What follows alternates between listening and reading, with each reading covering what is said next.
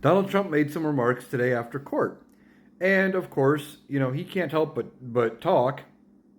I know he's trying very hard to follow the gag order, but he's not succeeding very well. And he was talking about this Robert Castillo, who was on the stand for the defense.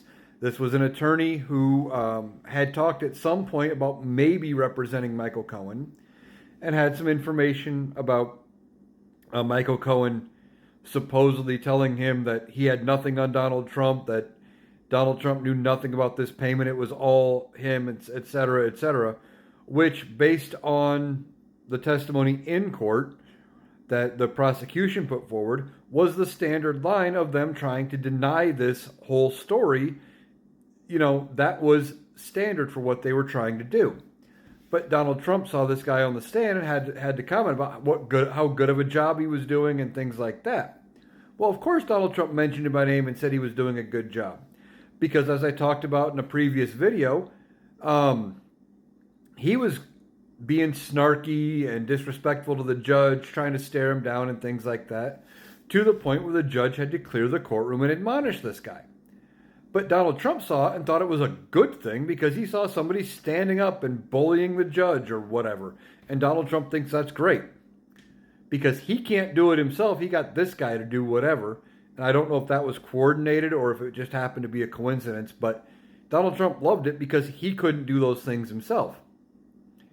Well, by even talking about this guy, Donald Trump has run afoul of the gag order yet again. He's not supposed to talk about witnesses. Now, are they going to do anything? I don't know. This is just me working off the top of my head here, but I think if they bring it up to the judge, because the prosecution would have to file a motion, they would file a motion. They would probably table any hearing on it till after closing arguments and after setting jury instructions, and they would probably deal with it while the jury is out deliberating.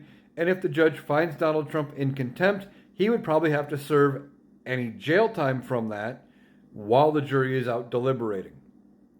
Or potentially, depending on how long that takes, after the jury has reached a verdict. I don't know, but that's what I think there. But then Donald Trump said something else that was kind of interesting. He said that if Judge Marchand wanted any respect or wanted to regain respect, he should dismiss this case immediately. Well, Donnie, you're a big one to talk about respect. You don't respect the court proceedings. You can't even stay awake.